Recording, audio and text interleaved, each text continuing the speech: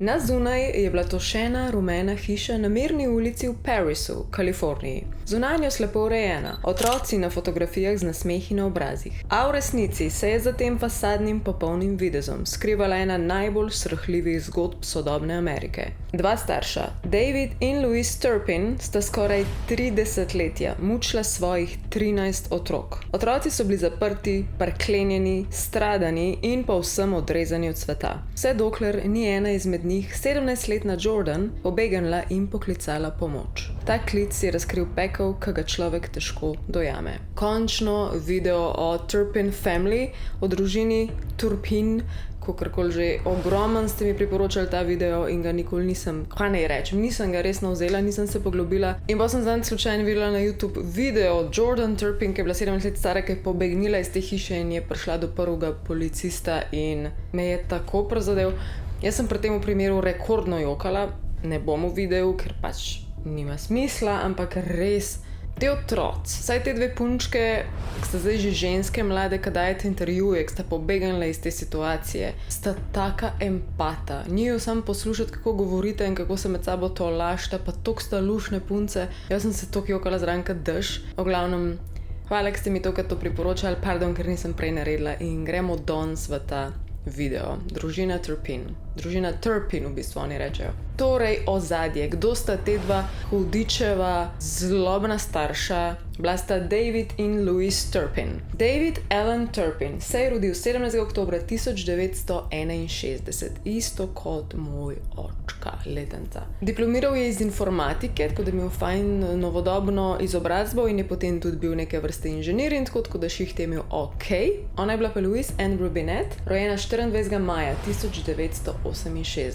Damn dvojčki. Pardon, sem dvojčkam, jaz res se ne moram poštekati z dvojčki in to je dvojček. Ona je bila dvojček. Torej, bila je od njega 7 let mlajša, ker ni nič toliko čuden, razen tega, da sta se ona zaporočila, ko sta bila ekstremno mlada in je bila ona res mlada. In to je potem vplivalo na njuno življenje naprej, definitivno. Ona je pa odraščala v Princetonu v zahodni Virginiji. Poznala sta se v srednji šoli, tako da bila sta high school sweethearts na nek način, zaradi tega, ker ko sta se poročila 1985. leta, je bil on star 23 let, ona je bila pa stara 16 let. Kako je to sploh bilo legalno?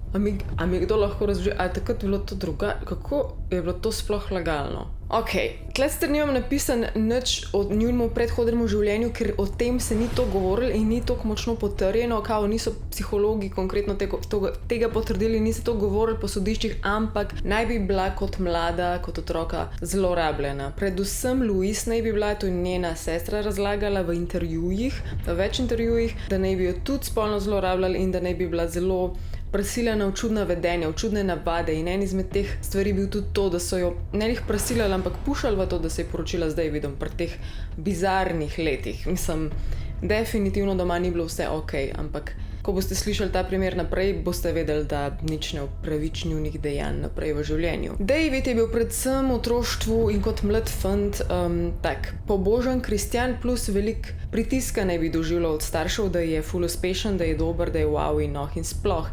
In ta pressure potem, ko se pri otroku in mlademu nabija noter in mora biti perfektno zven, pač nekje eksplodira. Za oba najbrž tukaj isto velja, ker kot starša sta bila pure nightmare fuel. Par se je v začetka opredeljeval kot goreči binkošni kristjani, tako je pač kot neka smer tega in sta bila res vdano verna, ampak I guess na tisti način, ka vera vseka na vse možne napačne načine, ker ona so bila prepričana, da njima Bog veli, da slišita neke ukaze, da njun cel point je, da imate čim več otrok in sta jih tudi imela 13 tekom let otrok. Torej, od teh 13 otrok je Louise rodila 10 hčerk in 3 sinove. Te otroci so bili rojeni vse tam od 1988. leta pa do leta 2015. Zdaj, če jih takrat policija ne bi prijela, ne vem, ali bi še naprej otroke rojevala, ali Louise pač še bila v teh letih, da bi jih rojevala, mogoče res ne več, ampak kakorkoli, hvala Bogu, se je to potem zaključilo. Družina Turpin se je tudi precej selila in sicer do 1999 so živeli v Fort Worth v Teksasu, Texas, potem so se pa preselili v Rio Visto, tam sta pa tudi David in Louise 10 otrok imela imela zaprtih v prikolici. Do takrat je bilo 10 otrok in ti otroci so živeli v prikolici. Takrat sta se ona dva tudi poročila, oziroma imamo te posnetke od neke Elvis poroke, ki sta jo ona dva imela, ki je res full happy in bizarna in zraven gledaš teh 10 otrok shiranih, prestrašenih. Ko so potem hčerke to razlagale, so se tukaj kao full obrmele, tistih parih ur, ko so bili v zun, drugače so bili pa ves čas zaprti v tej prikolici, sestradani, ker tudi če jih gledaš na teh posnetkih, so shirani, prestrašeni, pač full awkwardly stojijo tam in ploskajo, ker je bil to en izmed redkih momentov, ko so te otroci šli ven in kadarkoli so šli ven iz prikolice ali pa med ljudi, so mogli nastopati, kot da so najbolj happy. Čeprav za 4 vrati so se dogajale najbolj grozljive stvari. Preživeli otroci potem, ko so opisovali odnos staršev doma, so rekli, da so bili tudi strani tega odnosa traumatizirani, ker recimo, da je bil fotar enkrat full jezen in je s pestjo boksnil čez steno in jo razbil in se je drl na mami in na mami, na Louise, je pa to tako vplival, da je full menjala svoje občutke, da je imela mood swinge, da otroci, ko so bili full majhni, niso vedeli, če bojo nekaj vprašali, a bojo tepeni, kregani ali bo pač full prijazna do njih. Neke vrste bipolarna, ne pravim, da je imela bipolarno motnjo, ampak otrok se ni počutil safe, ker ni vedel, kaj bo dobil od mami, katerkoli moment. Leta 2014 so se potem preselili v Paris, Kalifornijo, ki je bila tudi potem ta zadnja lokacija, kjer so jih potem našli in razkrinkali. Tako da dajmo si kar pogled, kako je bilo tistega dneva, ki je končno Jordan pobegnila in imela telefon, hvala Bogu, pri sebi in poklicala policijo. She's not sure where she's at. She says that she's in Paris and she ran away from home. Okay. Hello? Hello? Oh, yes, I'm still here. What's your name? Gordon, Turten. Do you need my address? Yeah, what's your address? Okay, you got to give me a minute. This is going to take a while. Okay. I just ran away from home. Okay. And I live in a family of 15. Okay. Thank you so much. There's a mother and father, and then there's 13 kids. Uh-huh.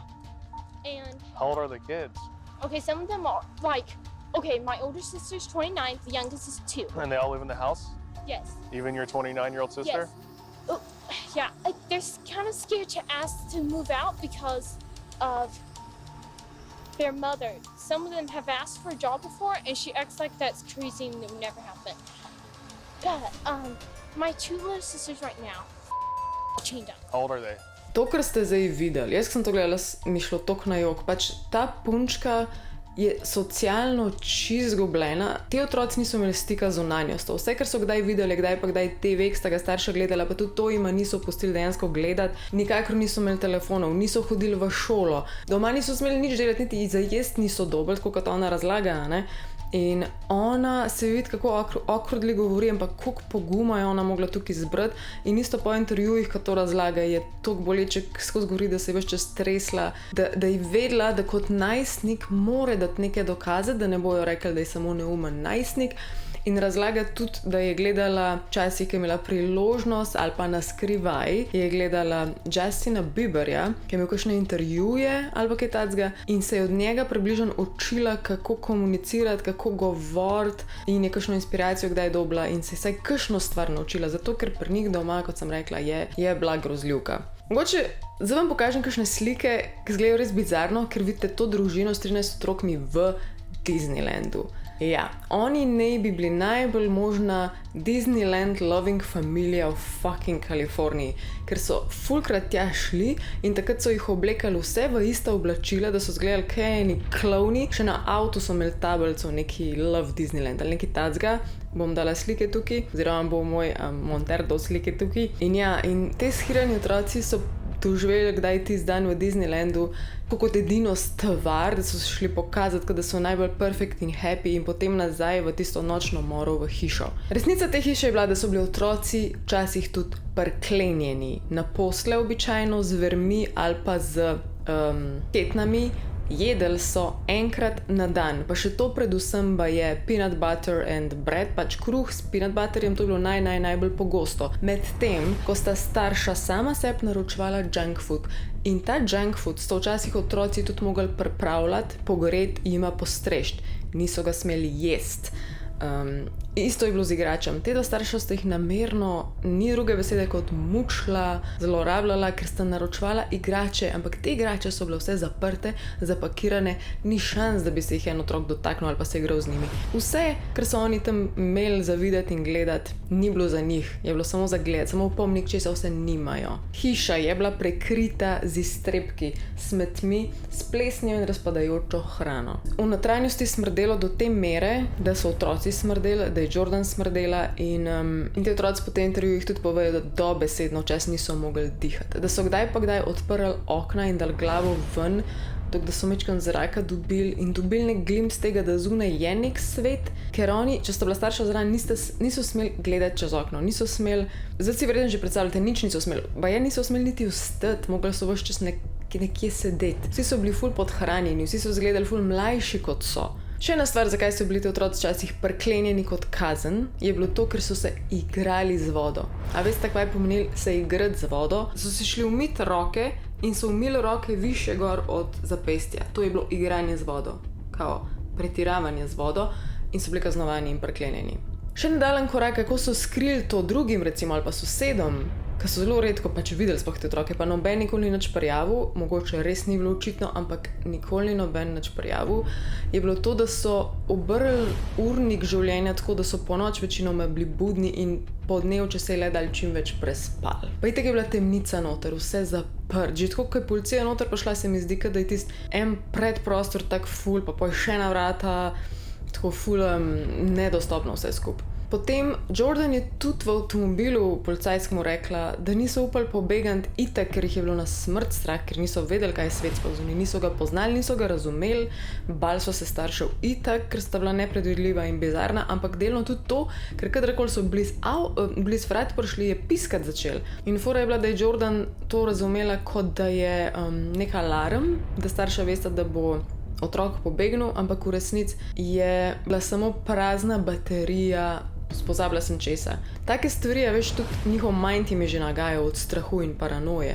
Tudi ta načrt, da je Jordan pobegnila, je bil kovan 2 leti skupaj s sestricami in brati in brat je nekje dobil ta telefon in ga je hotel potem prečvrš, ampak ga je Jordan vzela in ga je nekako sposobila in ja, s tem, da nikoli ni policija poklicala, na smrt je bilo strah in tudi tiste slikce je naredila, ker je pač se spomnila iz raznih oddaj, ki jih je spotoma videla, da rabi dokaze, da dokaže, da nekaj ima in potem slikce naredila. Meni se zdi tako pogumna, wow, amazing pač. Ok, če se kdo sprašuje glede šolanja, glede te vrste socializacije, oni so šolski sistem izkoristili na ta način, da so prijavili svojo lastno zasebno šolo doma.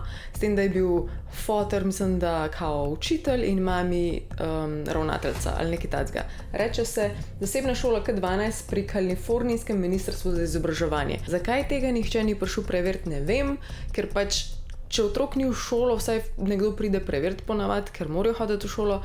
V tem primeru ni noben nikdar prišel nič preveriti in otroci so bili šolani doma, ampak ne zares. Kaj to pomeni? O moj bog. Vse, kar so oni vedeli iz šole, iz stališča šole, je to, kateri razred naj bi oni bili. Torej, če so šli kdaj izven hiše in jih je kdo vprašal, ok, razred, pa vse, kar so oni znali povedati, je to, da so 6. ali pa 5. ali pa 1. razred. Še en način nadzora je bil baje tudi Barbika, ki je imela v svojem pasu dejansko kamero, tako da ne vem, so to otroci vedeli ali ne, ampak tudi take stvari so obstajale. Mami drugače zelo veliko časa ni bilo doma, ne vem točno, ali je delala ali so imeli več ali manj socialno, ampak to Jordan pove, da mami veliko časa ni bilo doma, ali pa tudi fotra, ampak ne glede na to, oni niso upali pobegati. Otroci dejansko niso poznali osnovnih pojmov.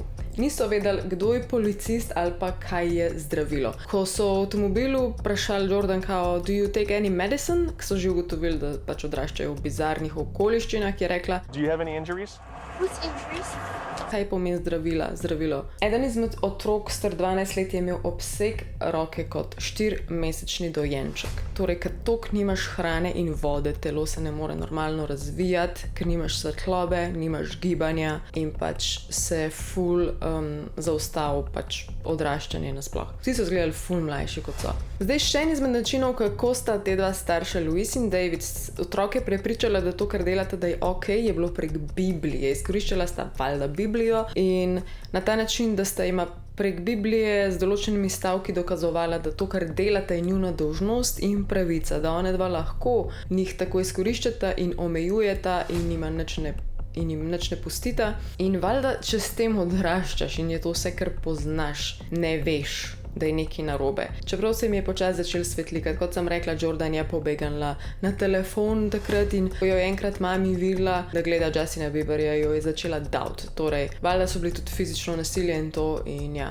pri Jordan je posebej izrazila to, da jo je mami davla takrat. Tako da predstavljaj si, kako bi te bilo strah iti v stik s tehnologijo, tudi če jo kje slučajno pod roke dobiš, če veš, da te čaka davljenje.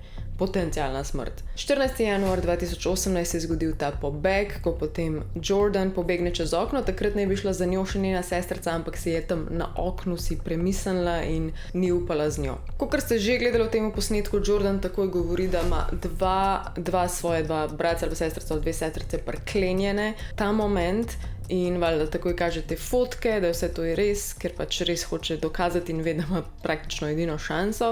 In tudi potem, ko policija vstopi, vidijo, najdejo noter 12 otrok, od tega 2 priklenjena. Sobe so tudi ful skrite in tudi tam lih, kjer je tista najbolj skrita soba, kjer je dejansko bil še en otrok, ful dolg priklenjen, ker niso niti ključka najdeli še nekaj časa, ker je ful moglo biti grozljivo za te otroke. Tam sta starša ful tako stala, veš, prav zabarikadirala sta v tisti prostor, ker valjda jih je bilo strah, da bo policija prišla noter. Otroci bili vsi podhranjeni, z modricami umazani. Policisti, ki so not prišli, so najprej mislili, da so otroci mladoletni, ampak v resnici je bilo 7 otrok starejših od 18 let. Mislim, da najstarejša, ko so jih najdeli, je bila stara 29 let. Zveni še nekaj groznega, preden gremo na boljšo plat te zgodbe, bo še mečkam bolj grozen, zaradi tega, ker ti otroci najprej so bili potem, mislim, da 2 do 3 mesece hospitalizirani, ker so toliko rabili nutrientov, so toliko rabili se postaviti na noge, rabili so hrano, rabili so oskrbo, rabili so pomoč, psihološko tudi,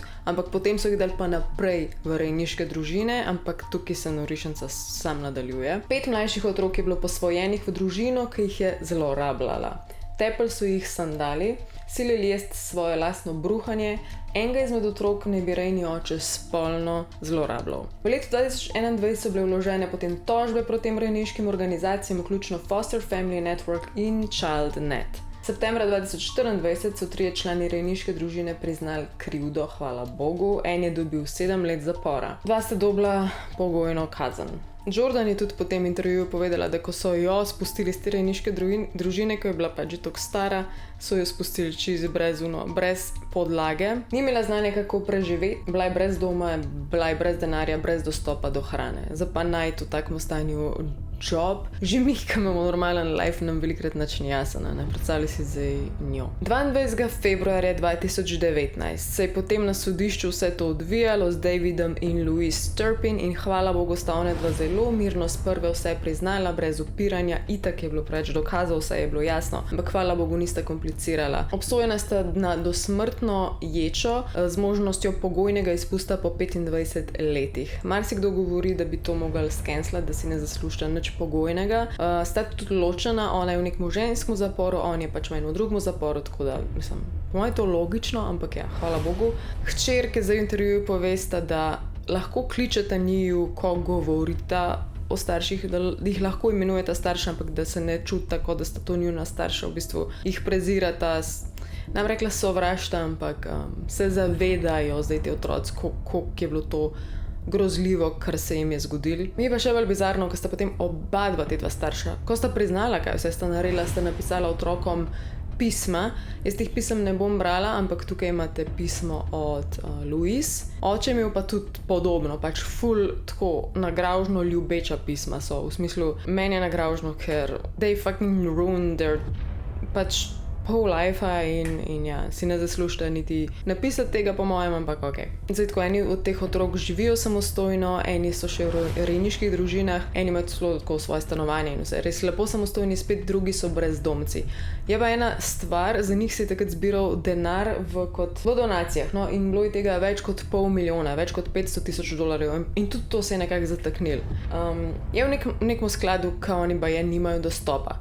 Če se je to spremenilo, do zdaj nekdo napiše, pa nisem najdela informacije, ampak grozljivo res, da so eni brezdomci in oni preprosto ne morejo dostopati do tega denarja. Jordan predvsem, Ona je meni to cute, jaz sploh ne morem razložiti. Tako poslušala bi jo skozi, kako dobro govori, kako je luštkana, prav. I wanna hug her, pač ko res je amazing punca in ima ful rada vse svoje te bratce in sestrce.